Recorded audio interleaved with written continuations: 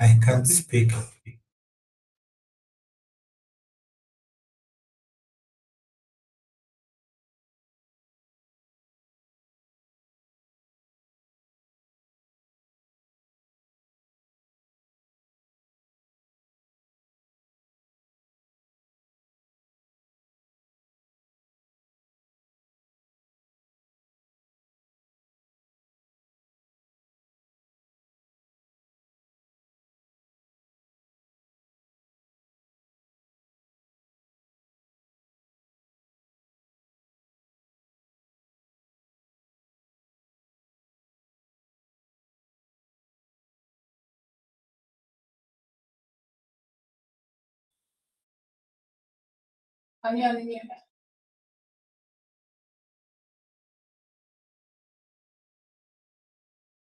Hello, everyone.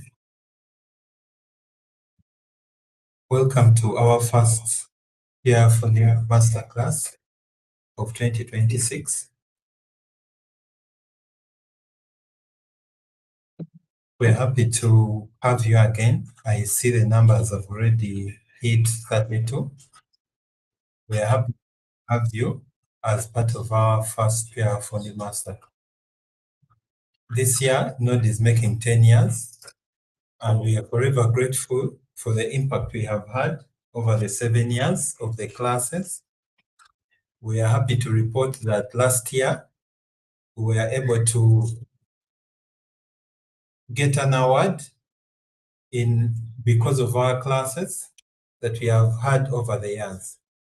And we are happy to report that over 5,000 people have benefited from this class, even on received testimonials, which still points to where we want to go next 10 years. We made 10 years this year, and our theme is transforming what is next. So we look forward to transforming what is next, internal as a brand at Node Group, but also for the industry. So we look forward to working together through partnerships and different opportunities and events this year to ensure that our communication industry grows so that there is personal growth for every communicator at whatever level they are through our peer Fundi masterclasses.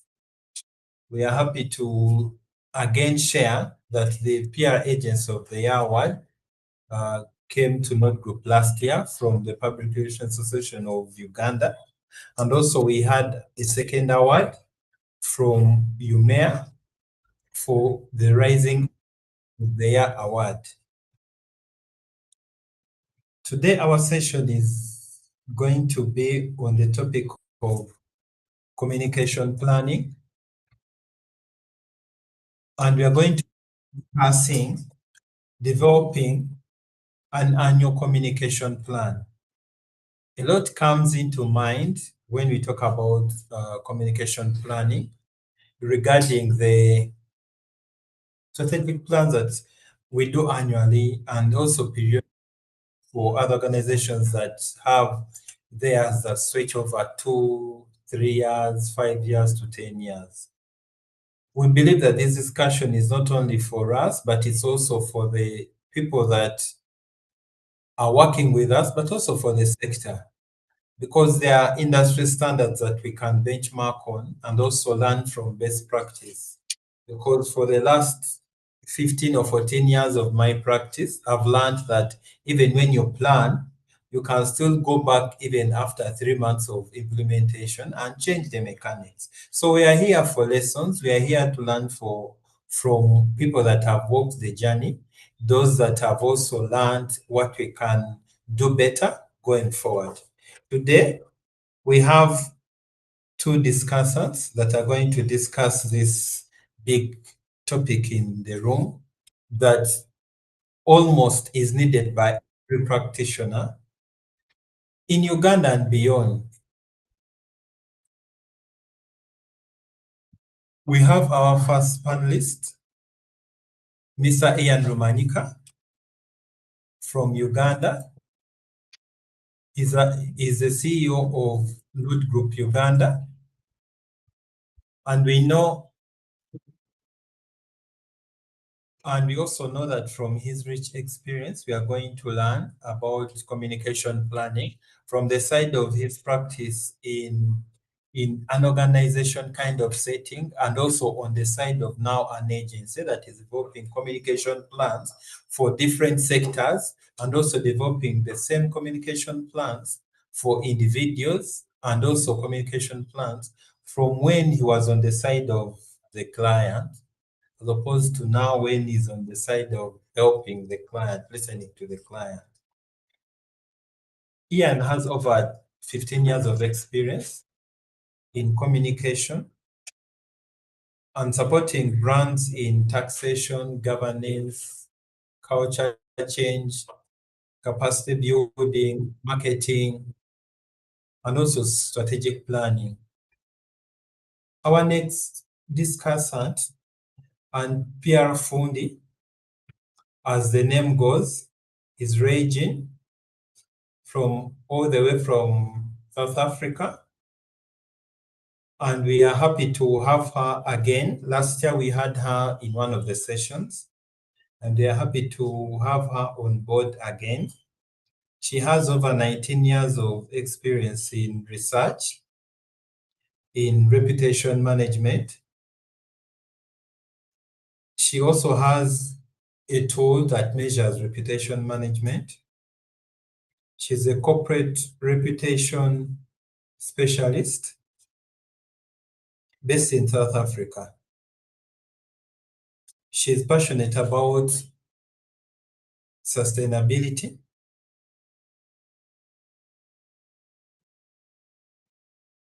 and she also has taken time to support an initiative called Rebag Reuse that empowers women in making eco bags and also reduce waste.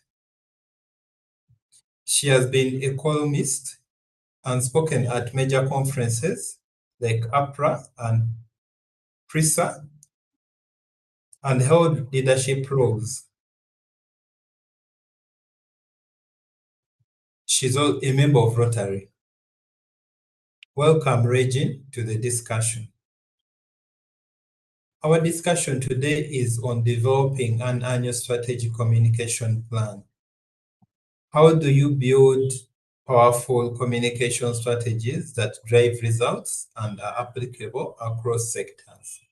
We have learned from experience that you cannot use one size fits all, especially if you want to be strategic. Even when you copy one strategic plan from an organization, it may not still work in another organization just because they seem to be the same. So there are issues that need to be looked at to make sure that it is effective for the organization that you're designing it for. Today, our agenda is we have already finished introductions. It is the first activity on our program.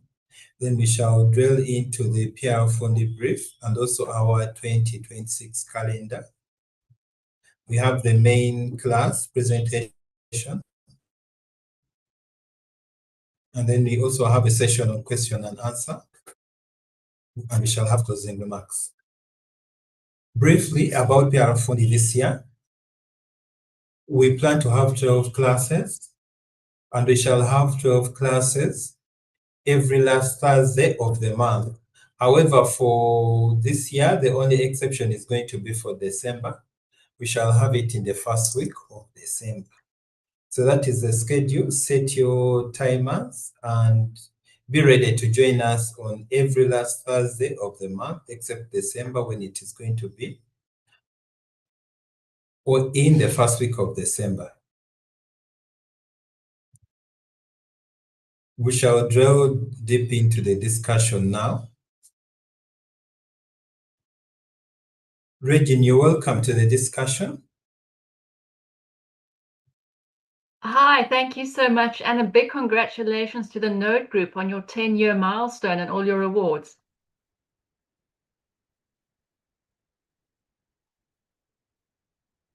You're welcome.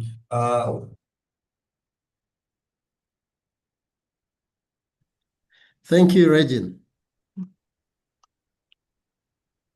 You're welcome.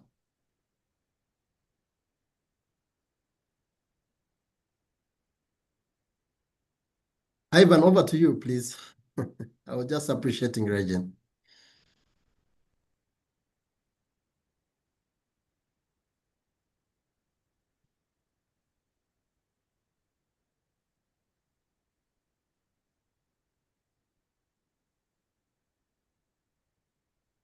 And also just a big thank you for the opportunity to be chatting about such an important topic of communication planning and strategy. And I think this is such a good time of year to have this discussion when everybody's getting back to work and having to plan the year ahead. So thank you for the topic and thank you for the opportunity. Back to the Node team. Thank you. So we want to know, what are those key features that you would think every communicator should focus on and ensure that they follow Ivan, you when will they're raise your developing voice a little strategic higher. plan. Please. What are those key features that you feel every strategic plan should have to be effective for each market that it is designed for? So I think a good communications plan has three specific non-negotiables to have a look at. So firstly, it needs to be intentional. You have to make time to plan properly, identify key milestones, and map them across the year. If it's not on a timeline, it's not a plan, it's just a wish list. Secondly, you must be visible. It must be visible and shared. It can't just be on one person's laptop and in one person's mind. It has to be shared. Teams need to see what's coming up, understand the priorities, and align the activities accordingly. And communication isn't done in silos. So it's not just for one area. It needs to be done and looked at and understood what's happening across the business. And I think that's a key priority for communicators to not just focus on one area, but the whole business. And thirdly, and I think this is almost the most important part, and obviously this is with my reputation research hat on, is it needs to be informed by insight. The biggest mistake organizations make is just winging it, developing plans without any form of stakeholder research. And we repeatedly see this at Reputation Matters. And the reason I'm saying research is so important, first of all, it gives you a baseline to work from so that you know exactly what your stakeholders care about, what they need from you, and where their expectations are not being met. It gives you evidence saying you need a campaign. If you need a campaign or a press release has to go out, that's very soft around the boardroom table. You're not going to get taken seriously without facts. So showing that for example, your customer trust is 68% for argument's sake, or that a specific stakeholder group is at risk, and presenting those figures around the boardroom table are going to give you that voice that you need to get resources approved, to get campaigns approved. And thirdly, from a research point of view, it helps you to prioritize. You know who to talk to, what to say, and where to focus your energy on. So I think just to add to that is the mistakes that we see is focusing only on external audiences. That often is, we're so obsessed, and which is a good thing. We need to be obsessed about our stakeholders, but don't neglect and don't forget the employees. They are your brand ambassadors. They are your reputation builders. That's where your reputation and your brand start. If they're not on the right page, if you're not communicating to them, then they're going to be misaligned, and your external messaging, regardless of how good it is, isn't going to land. And lastly, on this topic, you need to practice what you preach. As communicators in PR and communications and reputation agencies, and I think we do have them in the audience today as well, we need to remember we need to practice what we preach. We do many communication strategies and plans for our clients. We make sure that everything is in place for them. don't neglect and forget yourself. I mean, there's that old saying of the old adage, the shoemaker's child doesn't have any shoes. So that make sure that you as a communicator, that you have your own communication strategy and plan in place. Otherwise, you are going to lose credibility very, very quickly if you aren't practicing what you're preaching. Back to you, Ivan.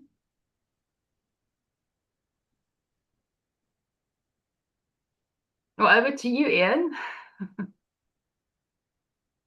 Thank you, Regine. I don't know, is Ivan still on the call? Thank you, Regine. Thank you, Regine, for the insight. Thank you very much. It's still very critical to pick from what you've just shared that plan should be visible and shared. And it's not just one man to do it and file it somewhere. People Ivan, your network is a should bit have a unstable. people should be able to have a buy-in in the plan. So you have to make it visible and share it with the rest of the team. That was a good takeaway. Then I would want Ian to share his thoughts on how should these timelines, as Regina has shared, how should the timelines and implementation schedules be structured for effective execution of these annual plans? Thank you, Ivan, and thank you, Regine, for the wonderful dialogue that we are having. Good evening, colleagues and peer Fundis. I hope everyone can hear me. Ivan, can you hear me? Regine, can you hear me?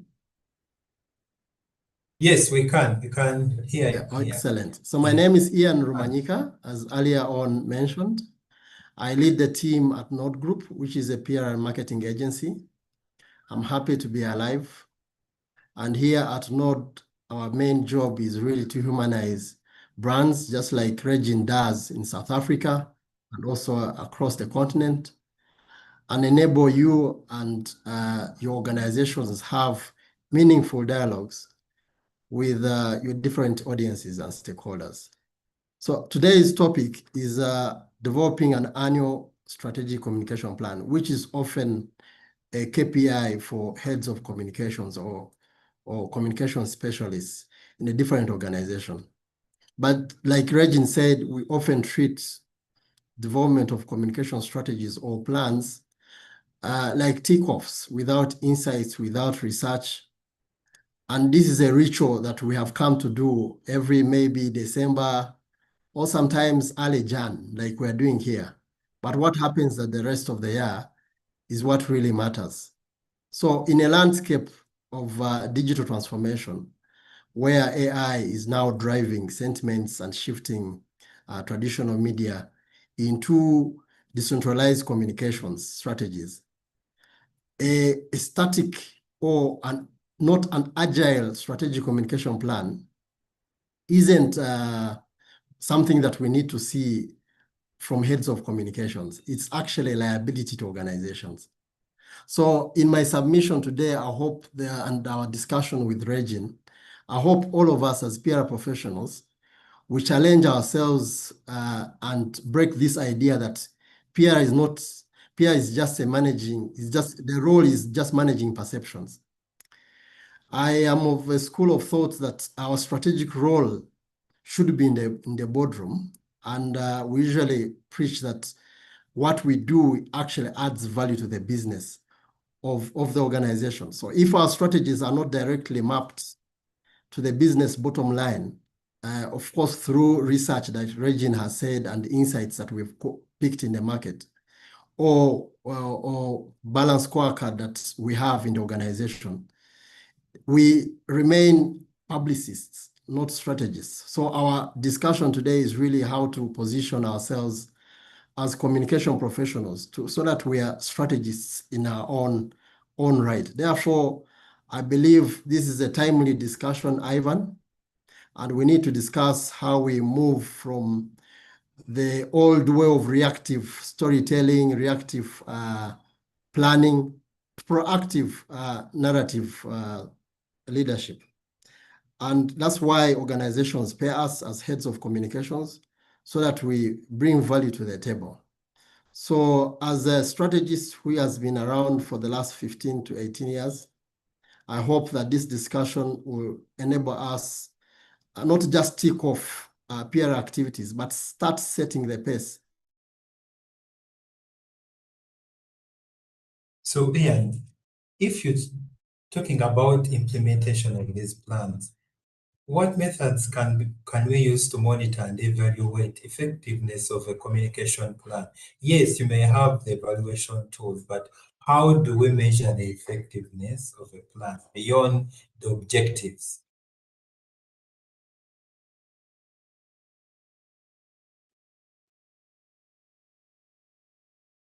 Hello, Ian. Regina, as we wait for Ian to connect, let's briefly share what factors you should, or any communication person should consider when selecting communication channels and tools, because this is a plan for the whole year. But what are those measures or factors that you feel you should consider when selecting these communication channels and tools? Perfect. I think what's absolutely key to keep in mind is the fact that before you choose any channel, you must understand that reputation management is all about relationship building. You cannot build a relationship if you don't know who you're communicating with, without knowing who you're speaking to. You can't ask somebody out on a date if you don't have their phone number. So you have to ask them. You have to have the right contact information. And it starts off with asking stakeholders what works for them, asking their questions. And I want to link that. There's a question in the comment section by Rogers Tahiriwe, speaking specifically about research. And we often get the question, what do we do when budgets are really quite constrained when it comes to research? It doesn't have to be an expensive exercise. I think these days research is made a lot easier with access to basic tools like a Google form.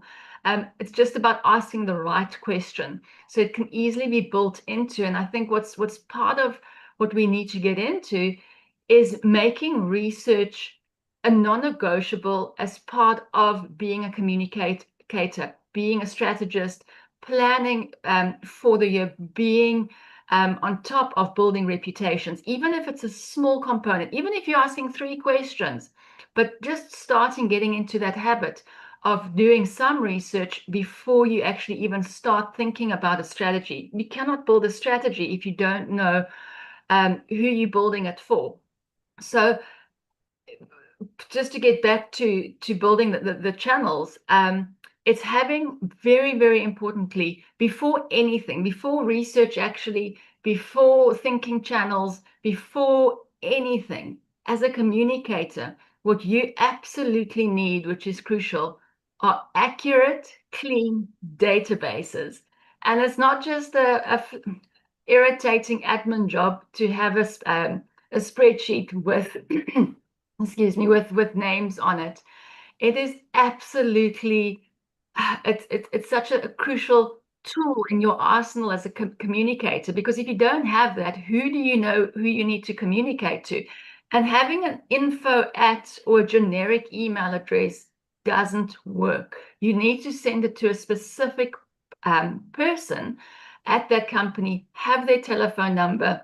You need to know what they prefer. Some people will ignore a telephone call, and that could potentially be me. But you'll more likely than ever reach me on WhatsApp or an email. But you're not going to find that out if you don't ask me.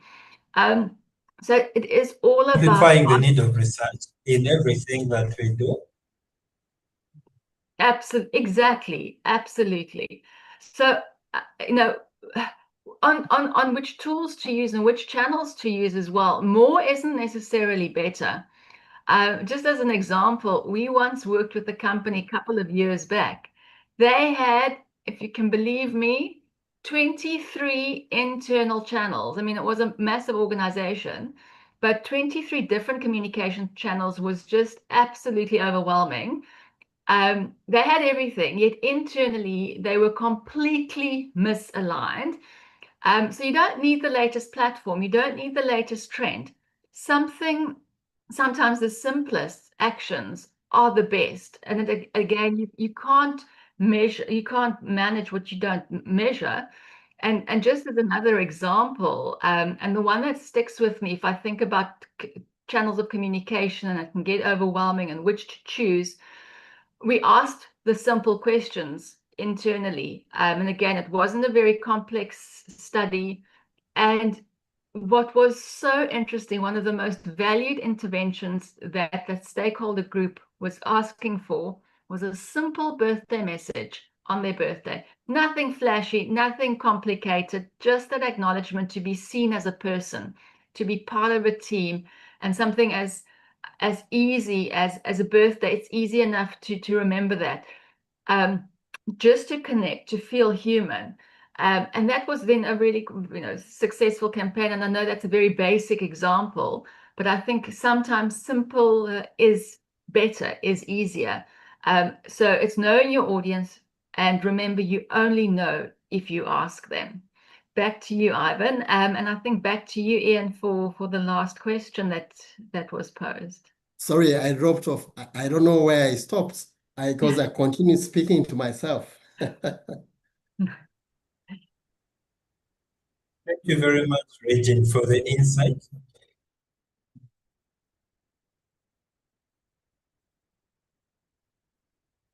For PR.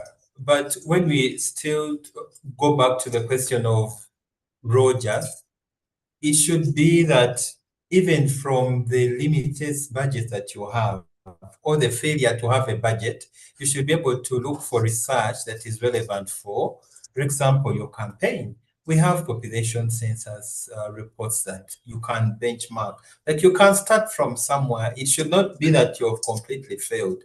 There are media reports that are even done by these communication firms. For example, if you want something on radio, can't you pick from UCC reports? So there are opportunities around, and research is always there if you take time to look.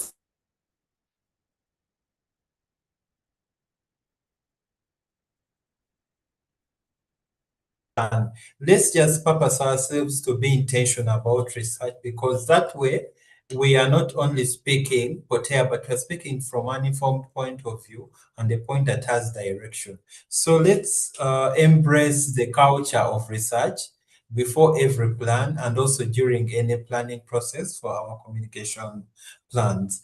I want to quickly invite Ian to share with us the challenges that come along the way and how we can address them.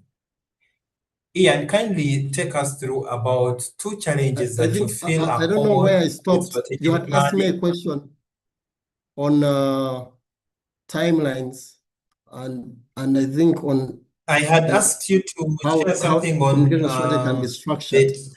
So allow me start from there and yes. probably conclude on that. Okay. I think speaking to what Regine is saying, especially to a structured strategy or plan for effective execution, it's important that as we plan as communicators, we have non-negotiables, like she said, which speaks to the alignment of the business.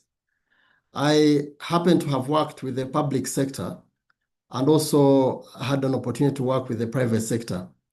And these both have different priorities. And depending on where you belong, really, you need to consider what are those priorities for the different spaces.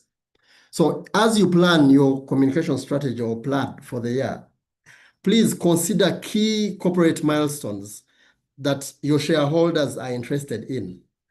I'll give an example, Regine. We had an election period here. I think we had a post shutdown of the internet for maybe a week.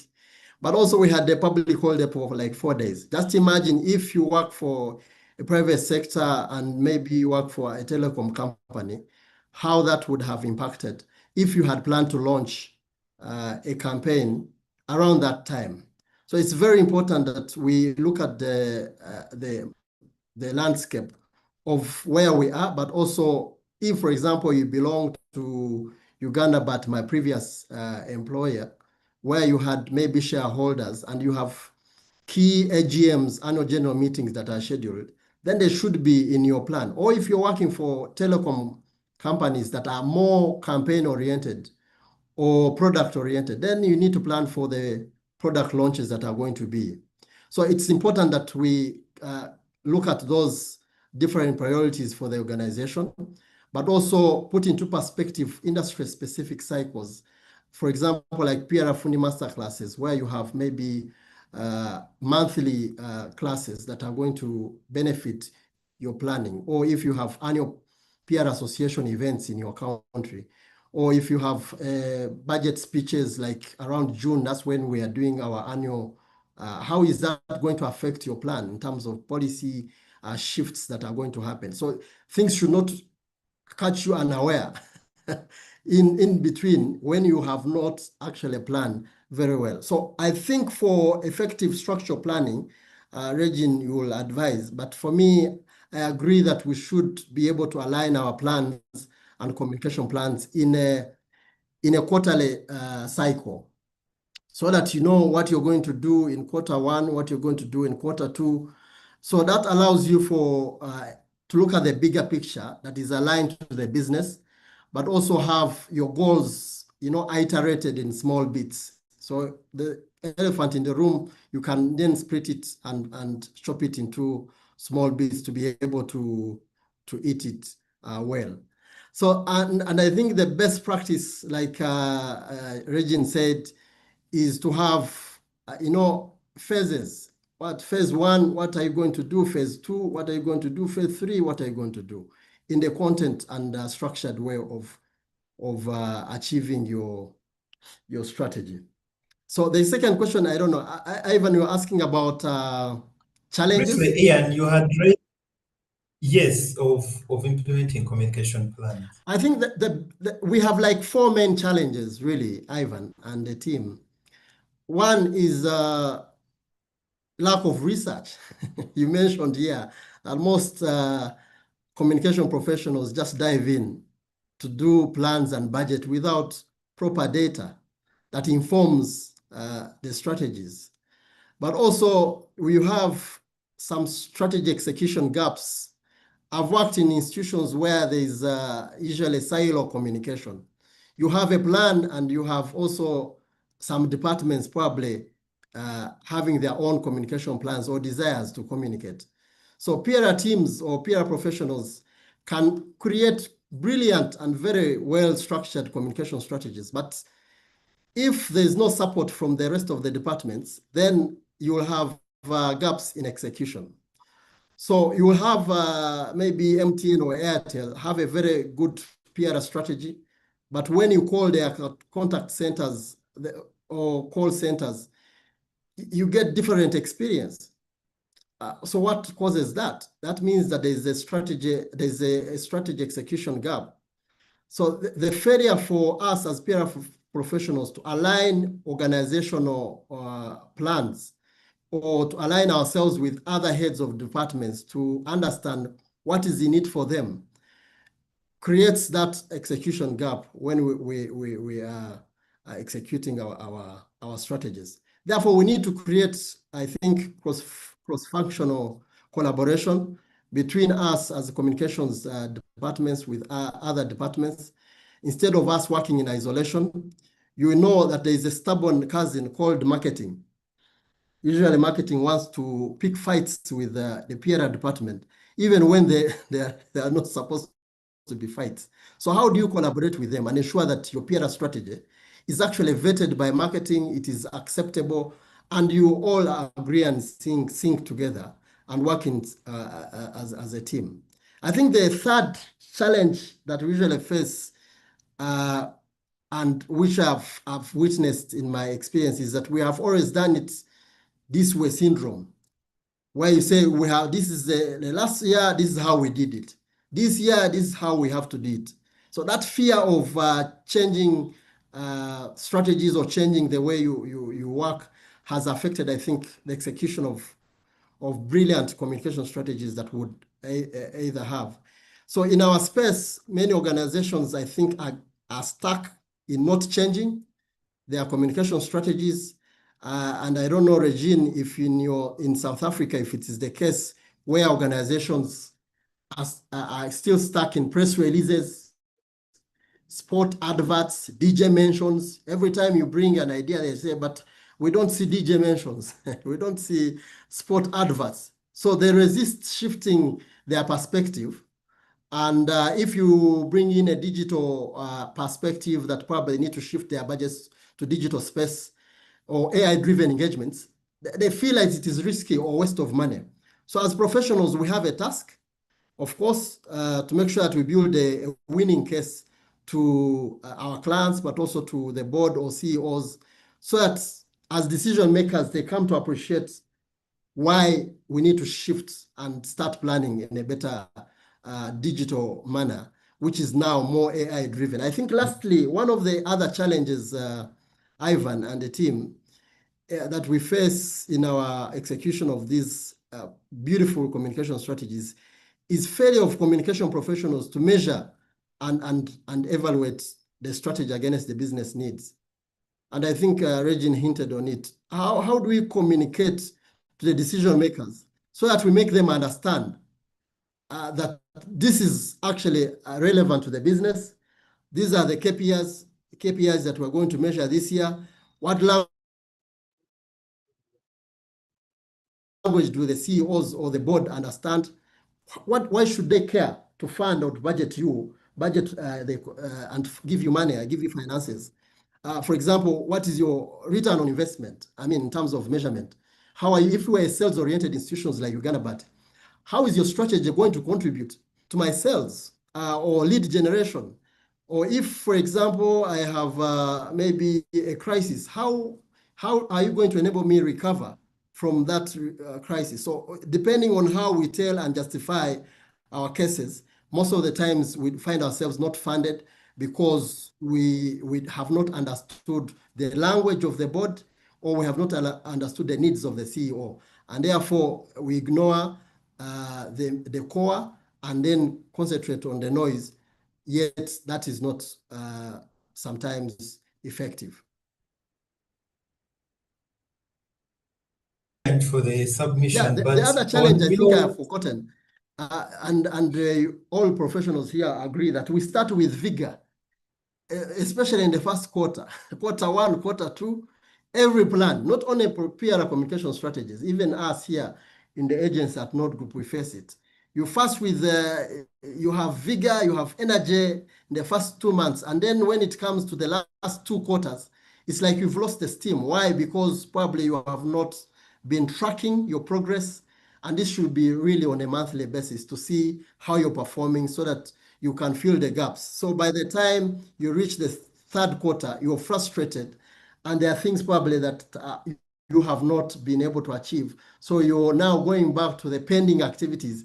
And that's why you go to the board and then you say pending, pending, pending. What has been executed is like 3 out of 10. So I think that also is another challenge of planning, that you have a beautiful plan, but in terms of execution and implementation, you feel this is a repetitive way of doing it because your execution levels are really low. So I think we need to reset and look at how we iterate our plans, put activities that we can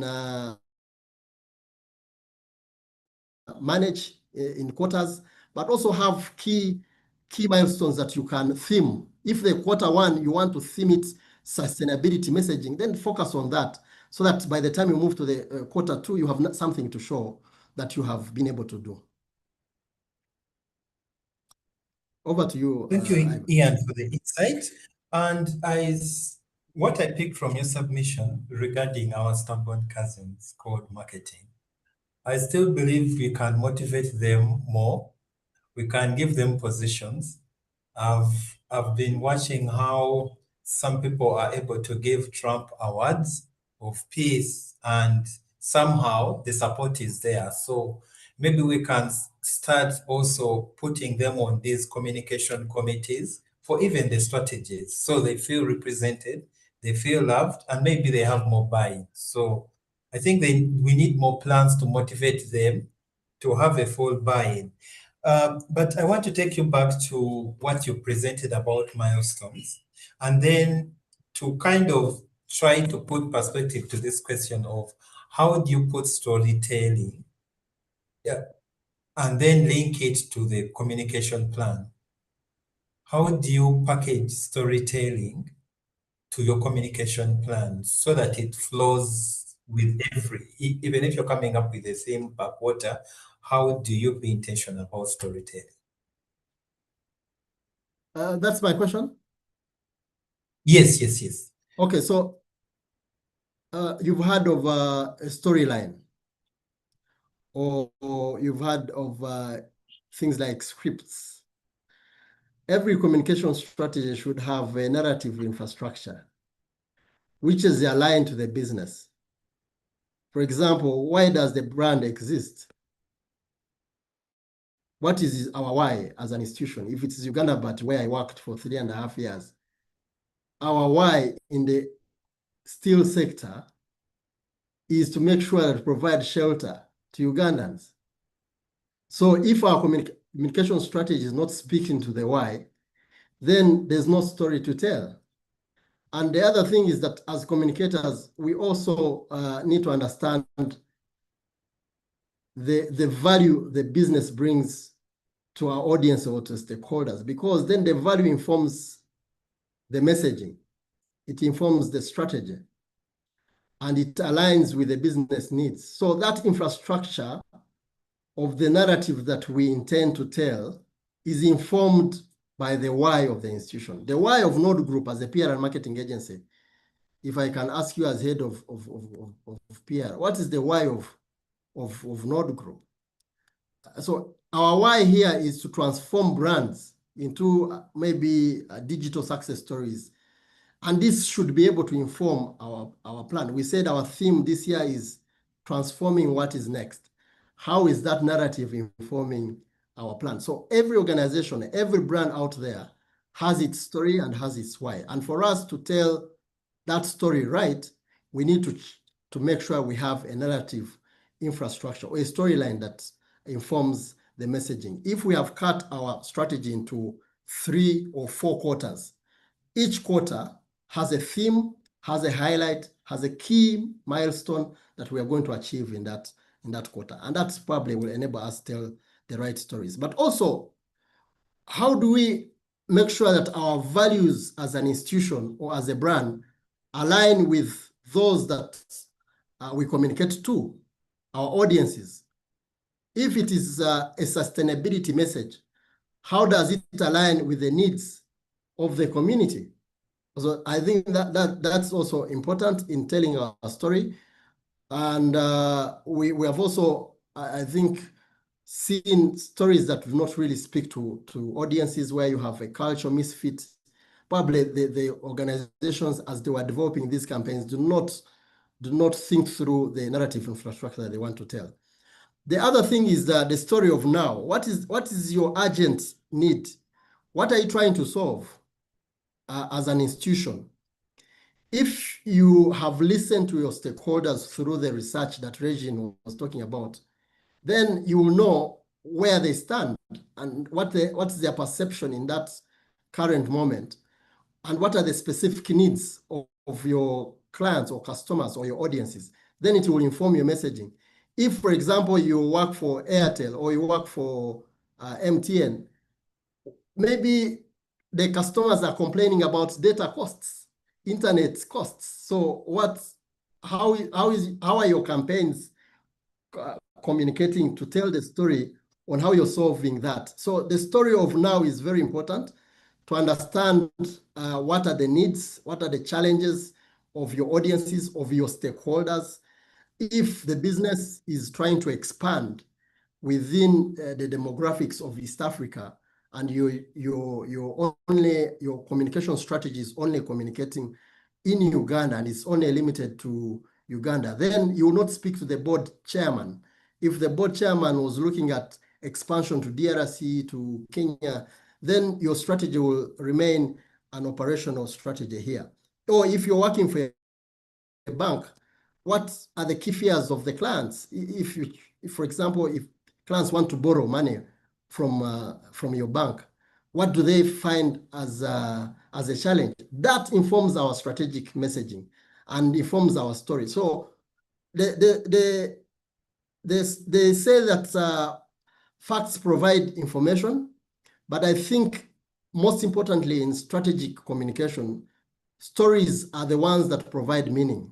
So in a landscape of AI where we are, and you have AI generated content, and then you have all these strategies that are full of good English. Our role as strategists or as communication professionals is how do we humanize our stories? How do we humanize our messaging so that we have connection with our audiences? So it is important that if your communication plan is, yes, measured, it has good KPIs, it is important it also has storylines that you're going to tell and what you want to bridge in terms of telling your messaging. So you don't talk to yourself, but you're talking to stakeholders. So I think it's very important that we understand what the stakeholders are saying and how do we bridge that gap. Thank you very much, Ian. But briefly, I wanted to take you back to what Mike is asking in the chat section. Communication strategy and comms plan. You're using them interchangeably, and he wants to know what is the difference and what is their impact on communication planning and implementation or execution of the plans. Communication strategy and comms plan or communication plan. Yes. That you're using them interchangingly, so he wants to know the difference. Yes, I think it's really the same. You can call it a communication strategy, you can call it a communication plan, depending on the period or you're looking at. Now, in this case, of course, we are looking at either an annual strategy or annual communication plan. But the plan is now actioned in terms of the bigger strategy, which is aligned to the planned action plan. So most importantly is that we tend to think a communication strategy is a document or it is a big spiral document in the shelves. No, you can have actually a good annual communication plan that is iterated in phases that we are talking about. And you don't need to have a big 5-year, 10-year strategy that is not being actioned. So the annual communication plan we are talking about is actually an action plan that is a son or a daughter of the bigger communication strategy, which is maybe 3 to 5 years. Of course, I don't recommend us to have a long-term communication strategy because things change.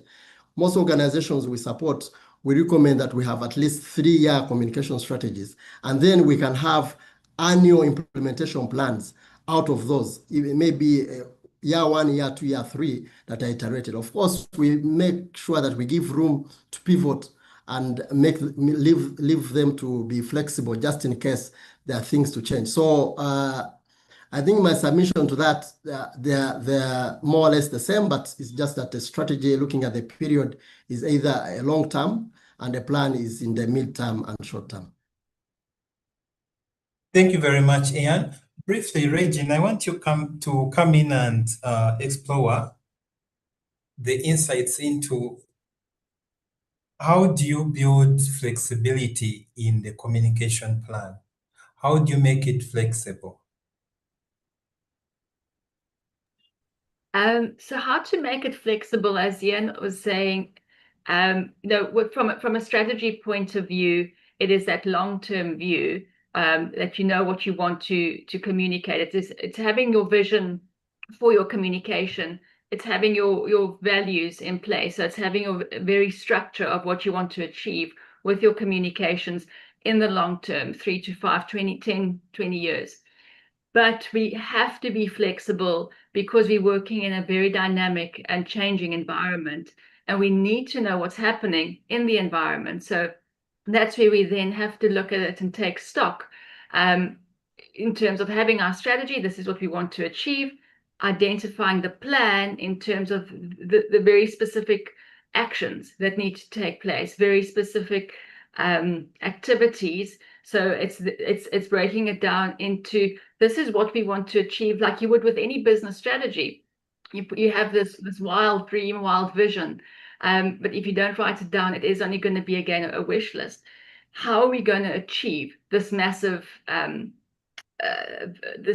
achievement, this massive goal that we've set ourselves? And then it's to break it down into bite-sized pieces in terms of how are we going to tackle this? Who's going to tackle it? How are we going to do that? But then to have the quarterly interventions and specific short-term interventions to check, are we aligned? Are we on track with achieving what we want to achieve? And I think, again, where that's so important is to have internal communication with each other, speak to each other, regular check-ins. And I love what was said about our stubborn cousins, the marketers, because they can be quite stubborn. And I honestly think if there was more collaboration, more communication internally, and they wouldn't have stepped on our toes with the silly mock apology campaigns that everybody was going on. I think if they'd actually spoken to a communicator or somebody managing the reputation, it would very quickly have been advised that it's a really, really very bad idea to do a mock apology, especially when there's a crisis. So yeah, so just in terms of flexibility, and again, it's having a look at speaking internally. We can't just be speaking externally the whole time. We have to take stock. We have to speak to our teams. We have to speak to each other. We need to know what's happening internally as well. So back to you, Ivan, on that. Thank you very much for highlighting that still we need collaborations for these plans to actually work and make sense. But it gets me to this question. What are organizations that are not planning annually or having these strategic plans missing out? What is that most critical issue that these plans bring on board? How are they important to any organization? I need to see for you to help me paint that picture of what the organizational planning culture brings to the table, especially regarding communication. Just want to check who you're addressing that to, me or Ian? I'm addressing to you, Regine, the importance of having these strategic plans to any organization. Yes, they would say maybe it's not important, but what is the critical impact of planning for communication for every organization?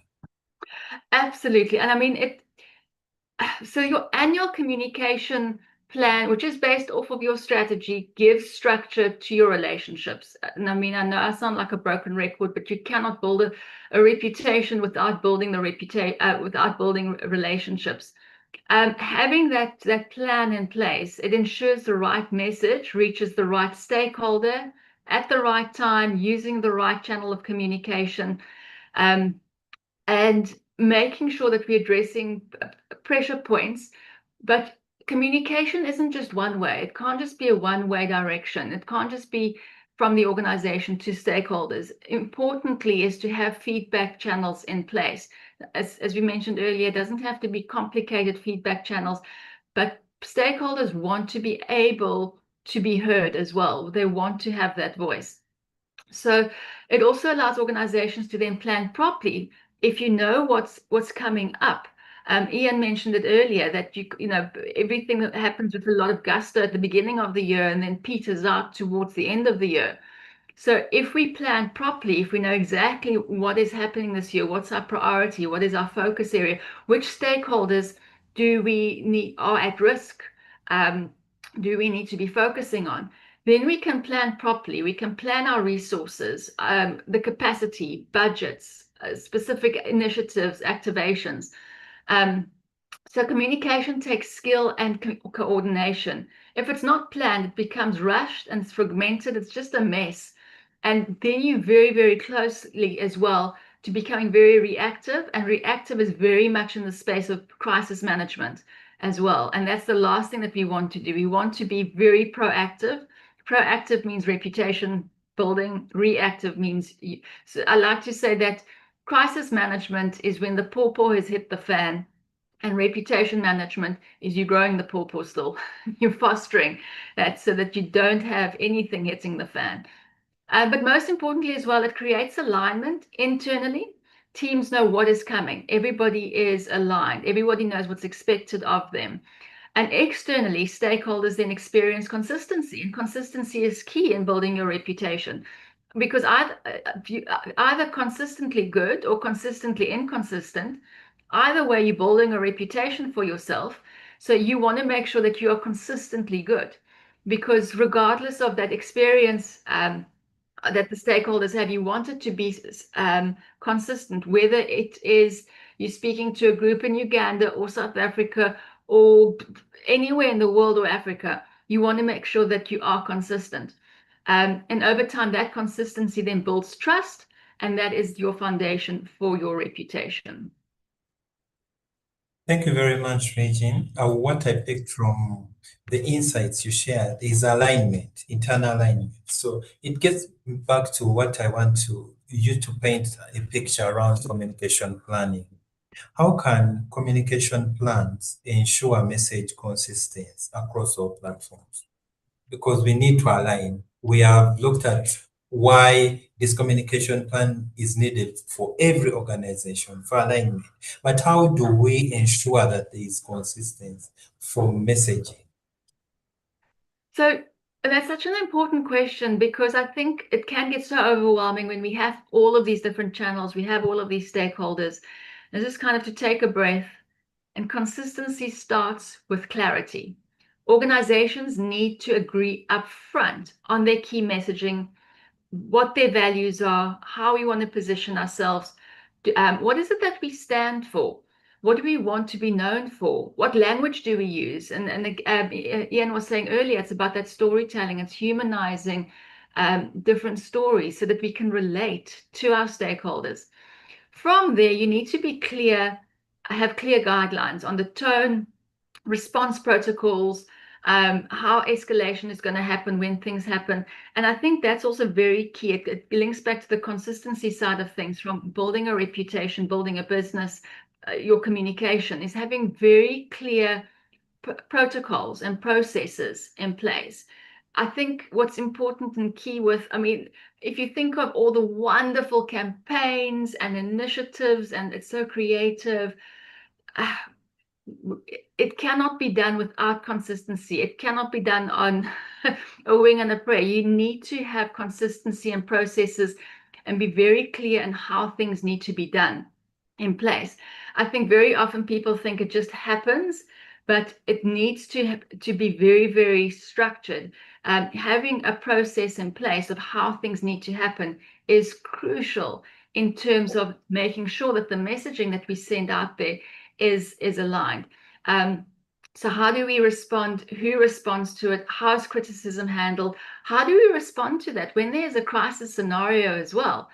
No crisis, I want to say, should be a huge surprise to anybody. You're going to know that there's something happening. If you're proactive about it, if you're reactive, then the crisis is going to be a very big shock to you. But you need to plan for that. You need to plan for worst case scenario as well. And you can only do that when you communicate with each other, have processes in place, know exactly what steps to take.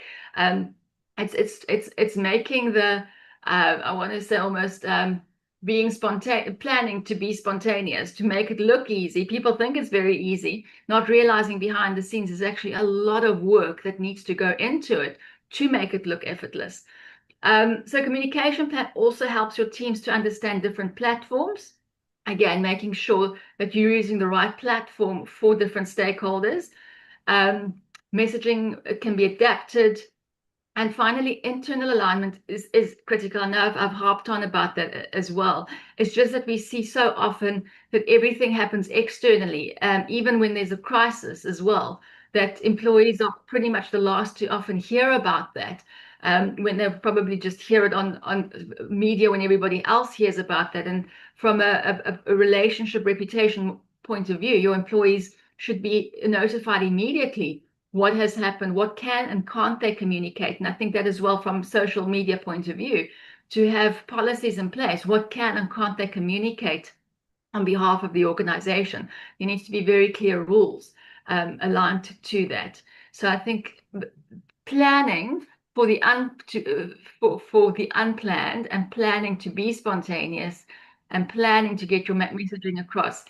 I want to say you can't plan enough, and now is the time. If you haven't done it at the end of last year, then now is definitely the plan with refreshed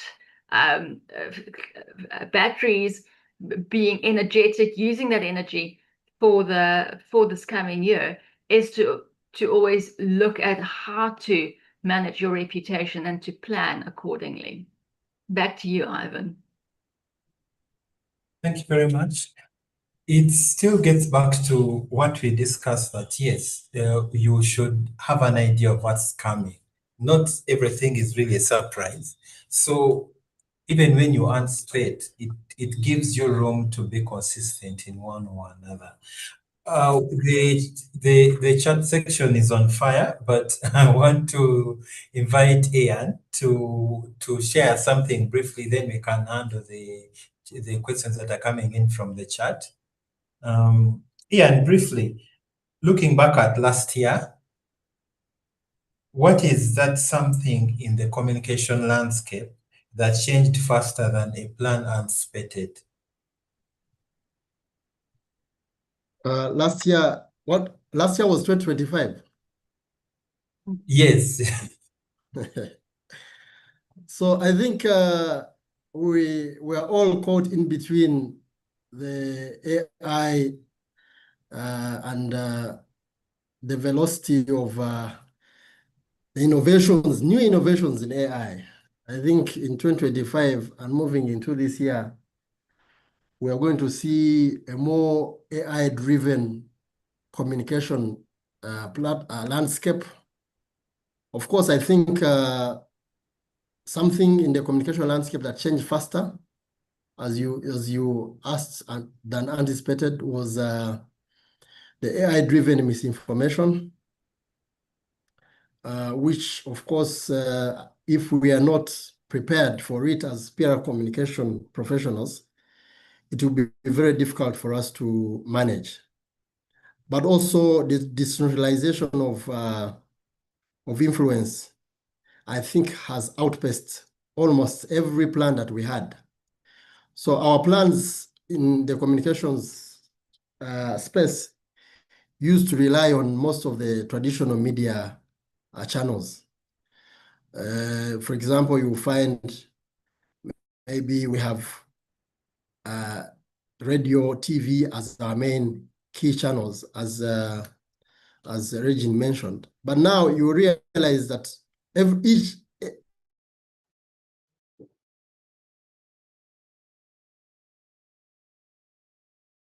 most of the brands actually have WhatsApp channel. You have, I don't know if I'm still there. Yes, you're still on. Yeah, so you have WhatsApp channels, you have AI search engines that have been innovated, like Google Gemini, I think, is one of those that that took us in the space of communications by surprise as well. It's such a good platform that most of the institutions are using.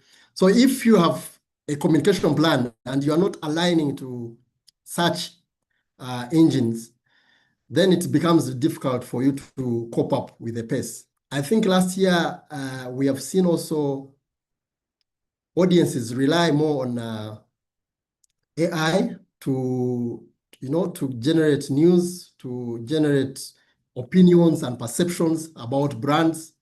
So if your PR strategy, for example, has not accounted into maybe AI optimization, and when we search Node Group or when we search MTN and we get the information we get is not kind of aligned to your brand promise, I think it's very important that as PR professionals, we appreciate the landscape has changed. AI optimization is something very critical.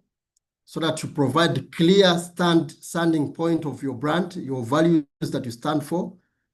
We have advised our clients to make sure that we have we are more visible even when they are searching for a service that you provide. So that's one of the things that brands now are doing, AI optimization. But also, Ivan, stakeholders expect brands to respond in real time, especially with now the new digital landscape. So I've seen brands that still survive on wait and see. Even when you advise them that let's respond, they say, no, you wait and we see. So the wait and see approach, I think, is very archaic and traditional. News now move much faster, especially with social media. So I think we need to be agile. We need to be, our response time to issues must be faster. Take an example, if you went for shopping, maybe in a hotel or in a supermarket or in a shopping arena, and your card fails to transact, what does your bank tell you? Most of the bank will tell you that we are sorry, maybe our system is down. But in actual sense, the audience expectations or the stakeholder expectation may be different, to find a solution on how you communicate differently to those clients. So I think with the AI-driven landscape, Ivan, that alone is standing out. So we need to align our strategies or our plans to what AI is transforming our audiences to be.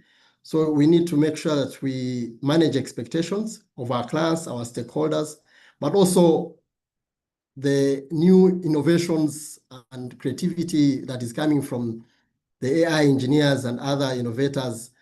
These are actually tools that as communicators we can use either to measure our communication plan and also to listen to what our audiences are saying, but also most importantly, to inform our messaging so that we are better communicators.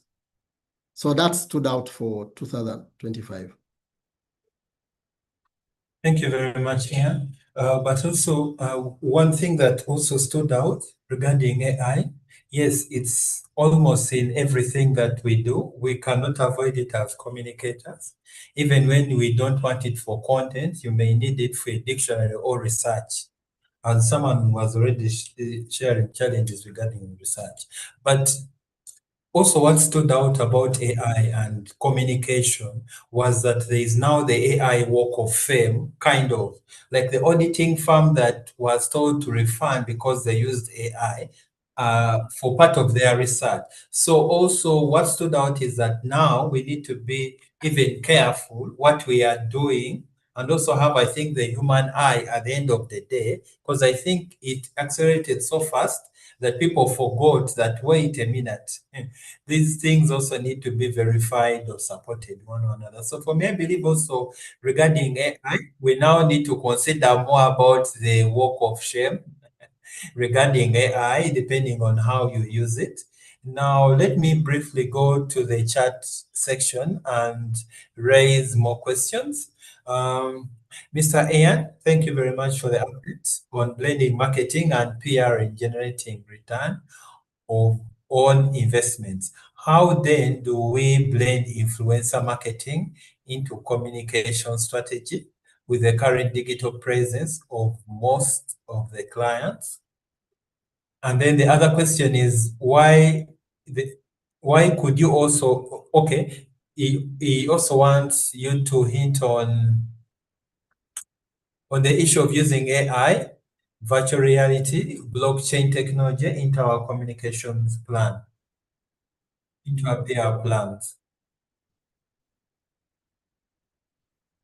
You're saying that he's asking about how do we use influencer marketing in our communication How strategy? do we, yes, blend influencer marketing in our communication strategy?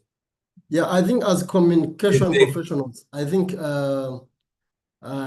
Regine hinted on employee engagement and how we make sure that we leverage on our internal influencers.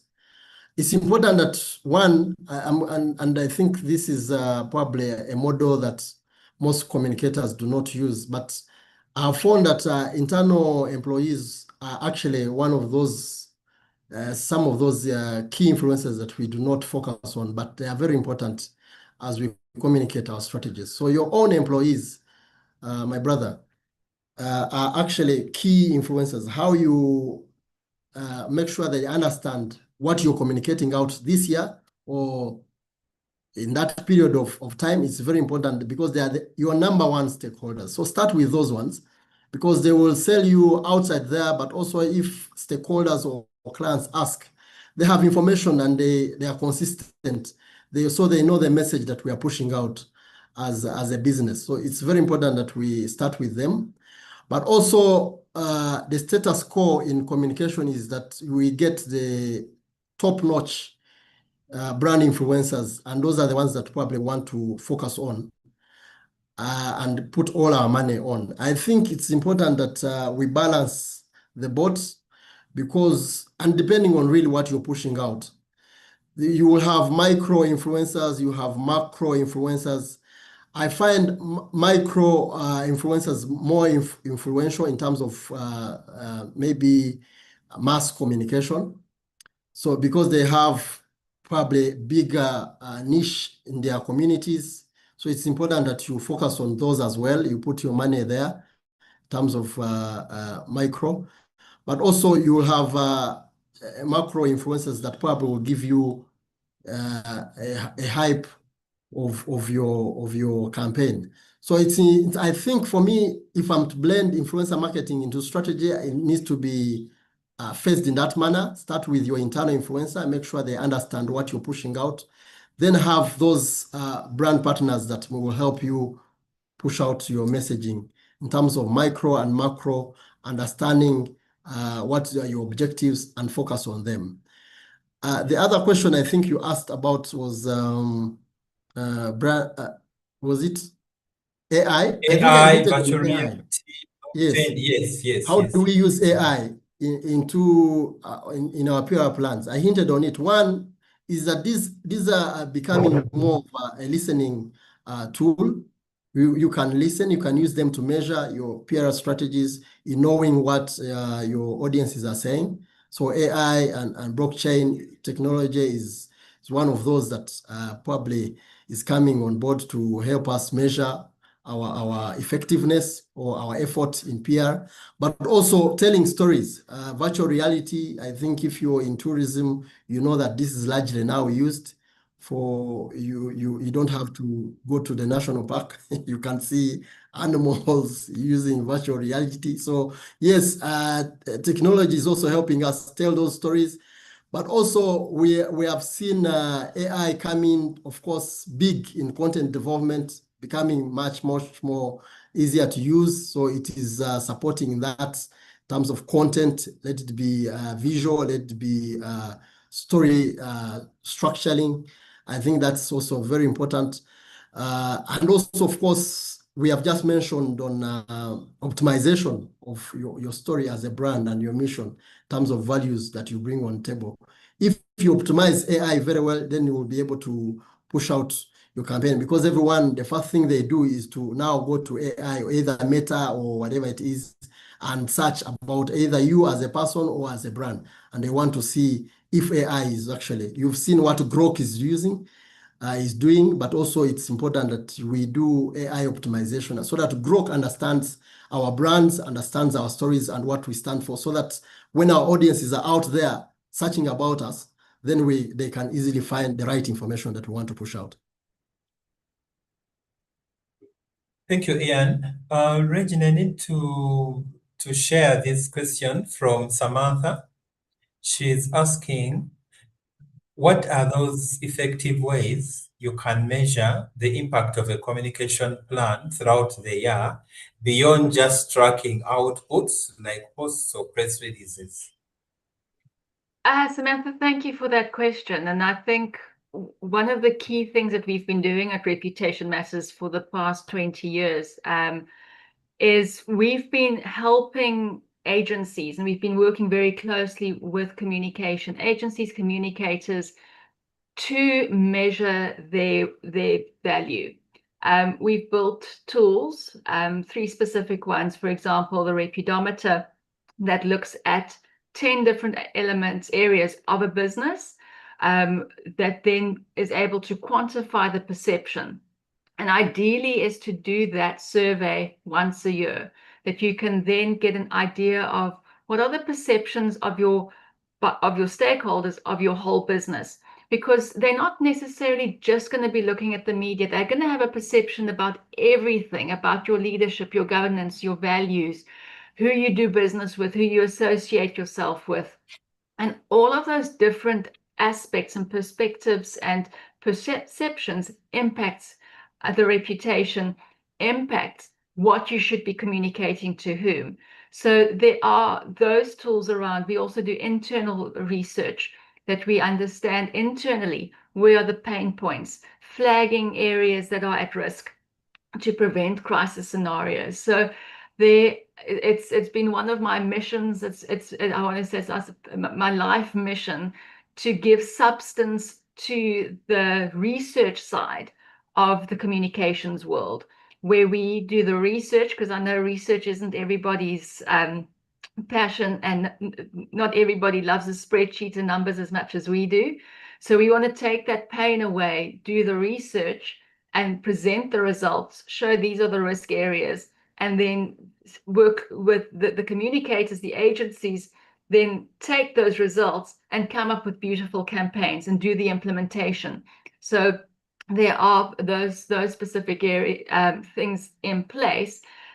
So happy to, if anybody wants more information on the Repudometer or the research that we do, you could just send me an email. I'll put my details in the chat to happily share more information on the different areas. And we do it across borders. We've also been measuring the ethics and PR landscape for APRA, the African Public Relations Association, for the past 5-6 years. So we can do it across borders. It's not just a South African thing. It's something we can do on the continent and beyond. And we're actually busy working with other African countries at the moment, specifically on the perception side, being able to help develop communication strategies and plans for key stakeholders in different sectors. So there are tools available, and I want to say it's like it's been a good kept secret, but it's no longer time to be a secret. We can no longer just live on posts and press releases and AVEs. We need to actually look on the perception side. My ideal is that people do business with people and ask them, what is your Repudometer score? Because if you've got a good score, then you know your reputation is good. You've got all your ducks in a row across the organization, not just from a comms perspective, but from a whole perspective. It looks at everything. So just there are tools out there that can help you to measure that. As we continue, you also have another question from Veronica. Yes, Veronica. She's asking from Maybe APRA. to Ivan, just to Yes. add on what Samantha is asking. I think I just wanted to give an example of a method I've used in my previous workplace. I worked for a revenue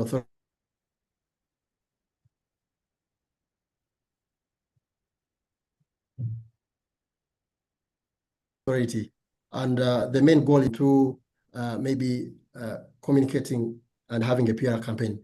How do you align your campaigns or your communication initiatives into a revenue body or organizational needs? So what happens is that the organization has already probably a scorecard, and Regina, I think you know what they call a balanced scorecard, which in your communication planning, sometimes if you align better with what the organization is focusing on, you'll find that your communication is actually aligned to the business. I'll give you one example under financial perspective. So if I did a PR campaign to to maybe lower tax, to increase taxpayer registration or reduce tax-based expansion costs. Let me say that. So in the case of PR, how do I contribute to the financial perspective? That's very important, that you look at what the business is measuring and align to what you are communicating to make sure that you're actually speaking to the business. And your communication strategy is result-oriented, and it will be more understood, because if there's an increase of maybe 30% of taxpayer registrations, and I carried out a campaign to increase the taxpayer registration tax base, it means that I contributed largely to that 30% increment. And then that is the communication value that we are talking about. So you aligned the metrics from the baseline that you had before and to what the organization has been able to achieve at the bigger picture. So it's no longer about how many news stories, what is the advertising value that you got out of that. No, it is about your contribution to the business need, and you align your communications to that the business was trying to achieve. Or if I say the brand trust has gone low, and probably you have a campaign that was trying to promote the reputation of the organization. What was the baseline of the net promoter score, for example, before that? And now what is the perception level? So you can always have that kind of alignment to the business scorecard to align it to your communications strategy.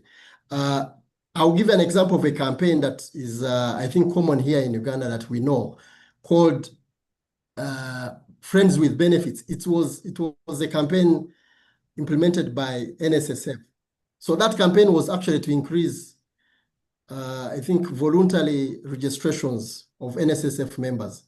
But I'm sure it was a PR campaign, but how did it now contribute to that? So if you look at the revenue contribution on how many members, it has a good success story. How many members came on board because of the Friends with Benefits? So it's very good that you align to what you're doing to the business needs. Then it becomes easier to communicate value that actually you're contributing to the business strategy.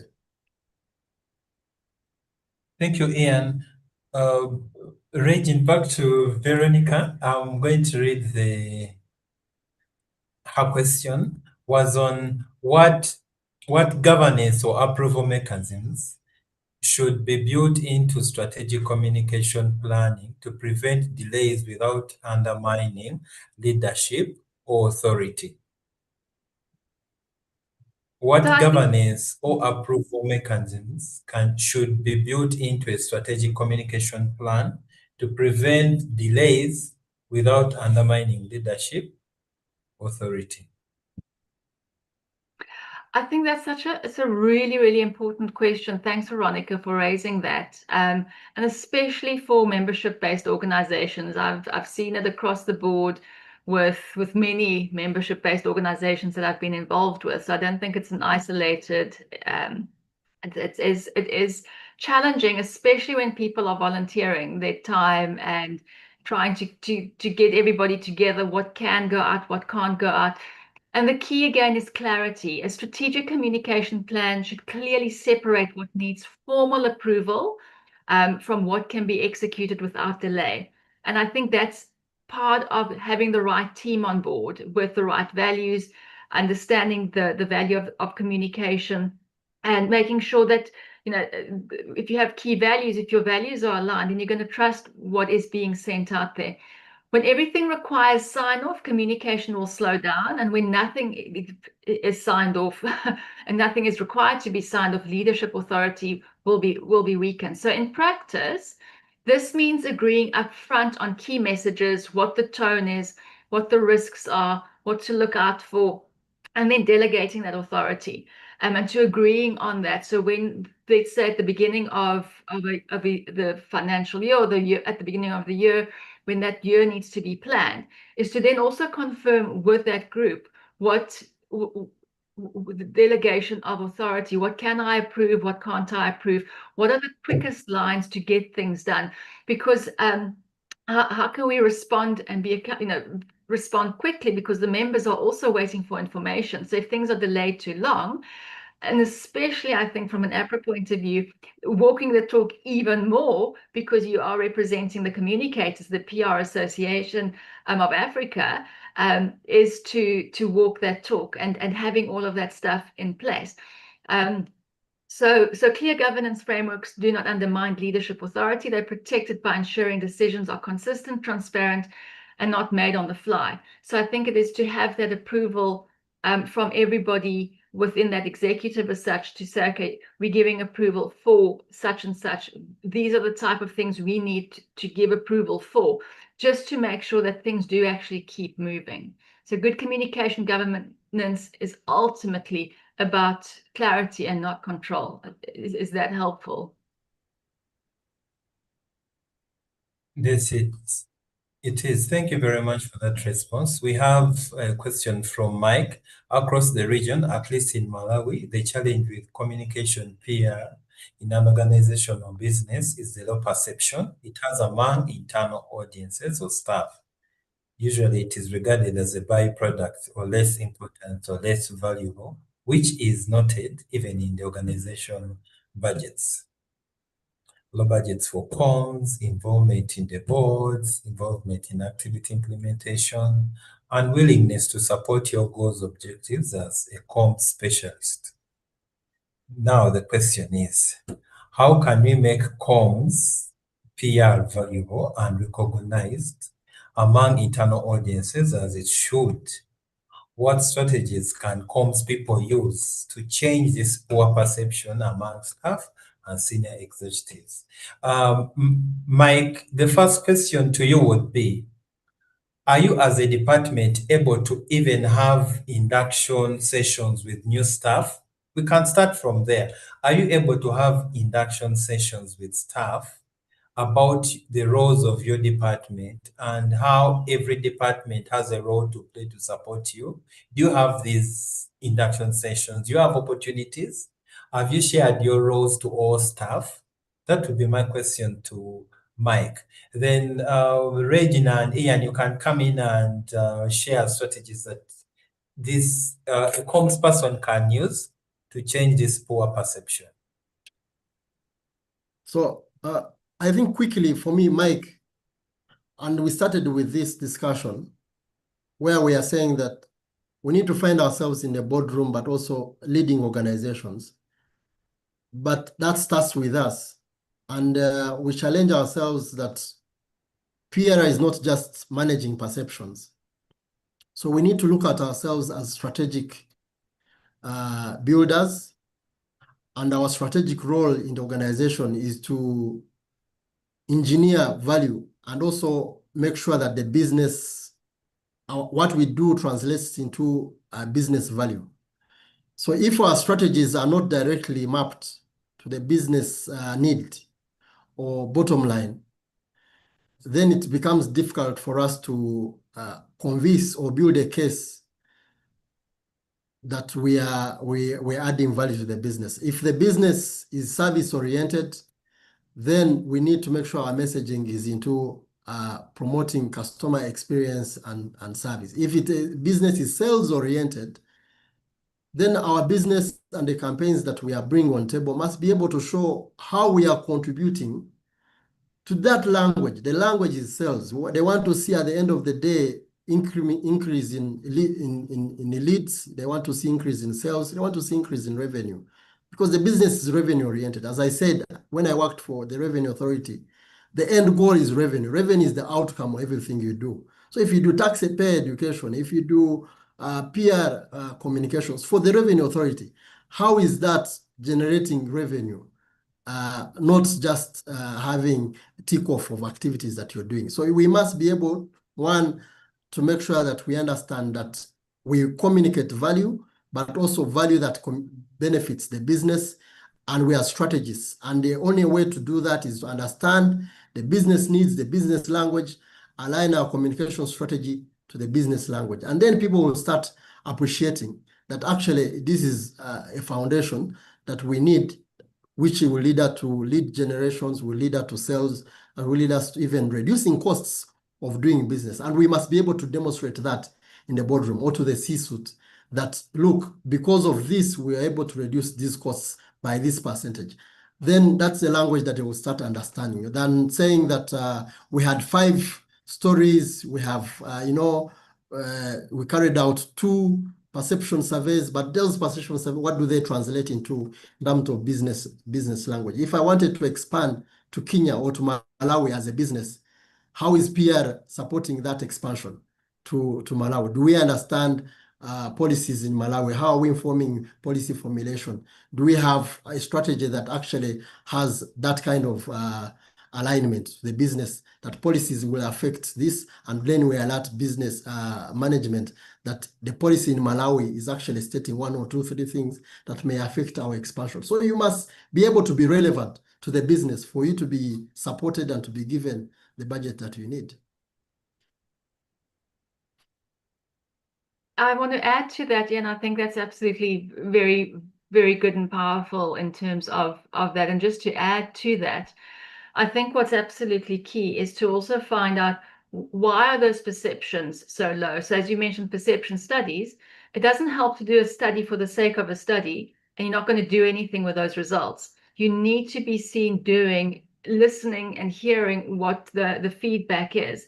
And it's also about asking the employees, how can we support you? So as Ian said, if it's a sales support, what tools do you need to make your life easier to be able to sell? And having that conversation of how can we work together? We are here as a team to work together.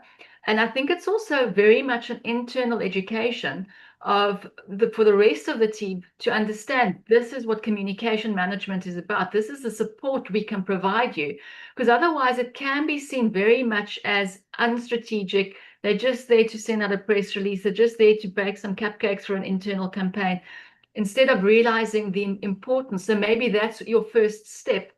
I haven't mentioned the induction, which is very important, maybe even in the induction session, is to communicate about communication. So to PR, have a campaign around the importance of communication being aligned. And this is how we can support you. Our function can support your function. What do you need from us to make you successful? We're here to help you make you successful, but we can't do that if we don't really understand each other. So I think that's maybe where that can start as well. Thank you, Regine. I want to go to the last question. I think the rest are about if we can share communication plan templates for them. Let me briefly go to the last question from the chat. Then we can have live questions, maybe 2, and we have closing remarks. In the interest of time, our time is fast spent, but we also believe that it has been an investment that will be critical for our personal growth regarding communication planning. Stephen Douglas, my question is for Regine. As part of rallying support internally, does the communications and corporate affairs strategy have to be shared with all, especially top and middle level management or comms teams can continue to execute, track activities, and make it their blueprint alone? He's asking, I think we had already shared this, why it should not be visible as the key pillars of the plan, but you can explore more. He wants to know if you can only share with selected members of team, like you only share with the top leadership and middle level management, or the comms people, and maybe you leave out maybe skeletal staff. And then for you as a comms team, you only track and execute activities?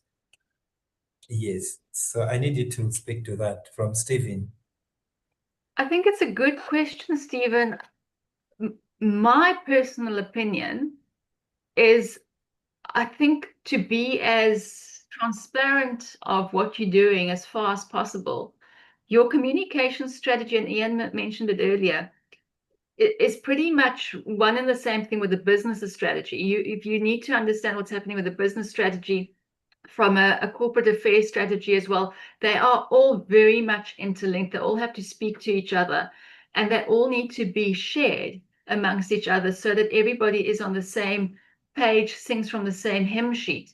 And I think the more, and maybe I'm not understanding the question correctly, so guide me on this, but I'm thinking the more transparent we are, the more we share the communications strategies, the communication plans with our teams, with everybody in the organization, the more they will get to understand and appreciate all the hard work that goes into and that's required as a communicator, as the comms team, and then also to make sure that we're all sending out the right message at the right time. So there also isn't duplication. So I would think sharing it across all the various divisions and levels would be absolutely crucial. But again, let me know whether I am understanding that correctly.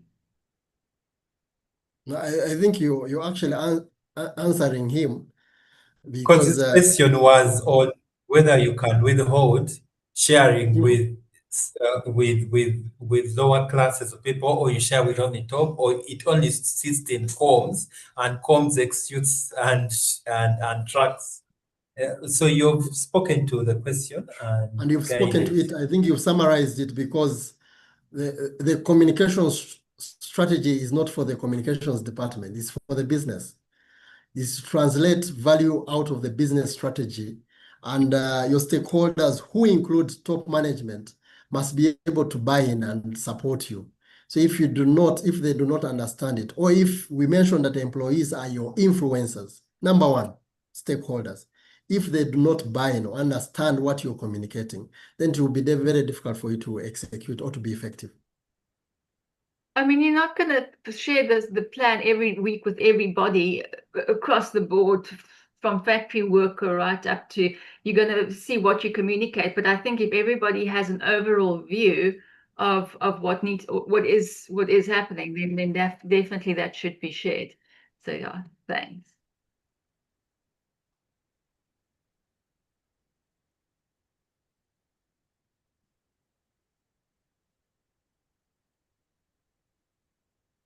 Ivan? Thank you very much, Regine. I see Nada is online. I don't know if there is any question from the floor before we can start on the closing remarks. Is there anyone that wants to share a question? Because Nada should say something. since no one, yes, I've seen Nada. Nada.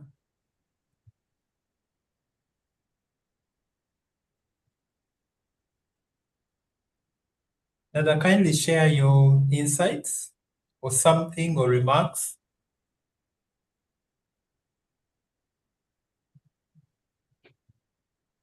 Okay.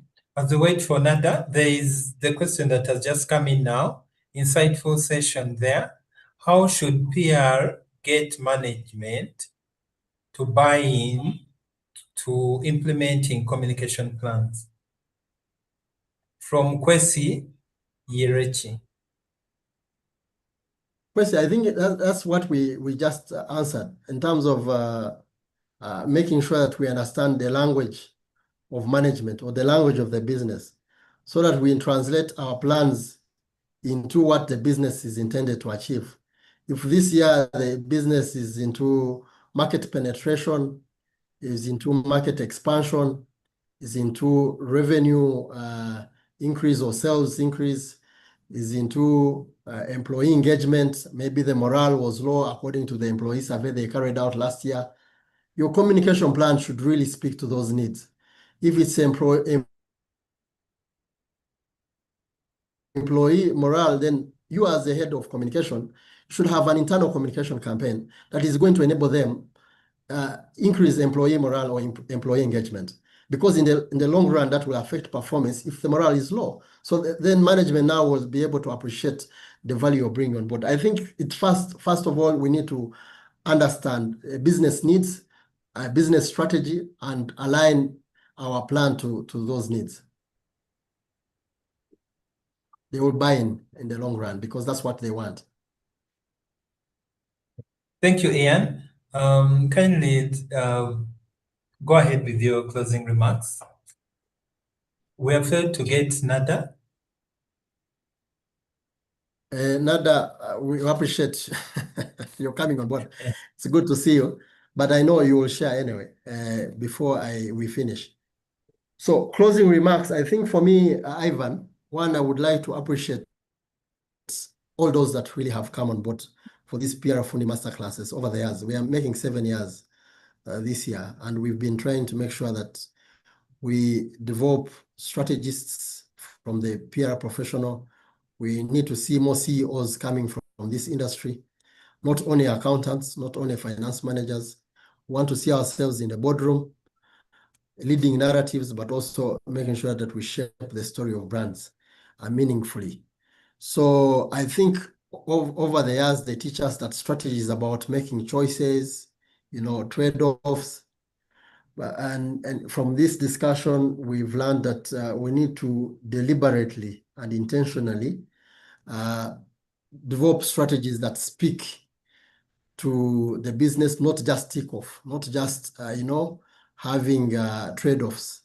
So in this context, I think as strategists, as communication professionals, we need to make sure that we do not only do what is the obvious or what we usually do more often. As I said, that is a syndrome that is in the PR departments and communication professionals. How it was, it will be. We need to learn that things are changing at a fast pace. So we stop planning and at average level, at a mediocre level. We start planning at a very higher level, expecting us to meet expectations of our stakeholders, but also connect with our audiences, because we have seen that most of our strategies are flat. Our messaging is flat. It is not humanized. It is not telling the story of our brands, but also it is not yielding results to the business. We also, our measurement, we are measuring clips, we are measuring how many stories we've put out there. So it's very important that we look at how our strategy is building trust, credibility of the organization, revenue yielding. We have a narrative that contributes to overall business needs. So we stop being really reactive and spin doctors in the PR profession. We call them spin doctors, Regine. That is in the past. Now we are engineers of stories, of value that we bring on table, and we shape the future of organizations. We contribute to the business strategy, we contribute to business needs. So that's what the strategy should be able to speak to. If we are to summarize it up, I think we are not chair lifters anymore. We are strategists, and we should have our seat in the boardroom. Thank you very much. Thank you, Ian. Over to you, Regine, with your closing remarks. Perfect. Thanks so much. Now, so a communication strategy isn't about being louder. It's about being clearer, more intentional, and more human. It starts with knowing who you are talking to. So my closing remark, if anybody, like the to-do list that needs to be on everybody's to-do list tomorrow after the session should be, make sure that you have a clean, up-to-date stakeholder database. It's not a nice to have, it's the backbone of effective communication. If you do not measure how stakeholders experience you and how they perceive you, you're not going to know how to reach them properly. And you're just going to be guessing. And guessing is risky, and it's really, really risky to manage your reputation by guessing. So communication is not what you say, it's what people hear, trust, and remember. And if reputation matters, we like to say, if you treasure it, you will measure it. And if you measure it properly, you can manage it with confidence. So that's all from my side. Back to you, Ivan. Thank you, Regine, for the interesting session today. Ivan, and we are not handbag holders. We're not handbag holders, but I've also heard from finance that we don't spare expenses as communicators. So some of them call us people that don't spare expenses. And yet there is return on investment. Maybe we need to make sure that communicators also understand how to share return of investment reports. I also learned from Regin that yes, even when someone is doing an audit before they should buy your company, it should have your reputation score somewhere. So these are things that should bring value. And finally, assumption is still the worst form of decision making you can really make if you rely on assumptions. So what we also need to, going forward, when we are planning, we need to invest in research, be intentional about research because it is the only way that will inform everything that we plan to execute under our communication plans. Thank you, everyone. We meet in February for the February edition of the Fundi Masterclass on the 26th. It's after Valentine, so I hope you've already locked out the calendar for that event. Our Fundi Masterclass for February. Thank you, everyone, for your time today. See you in February. Thank you.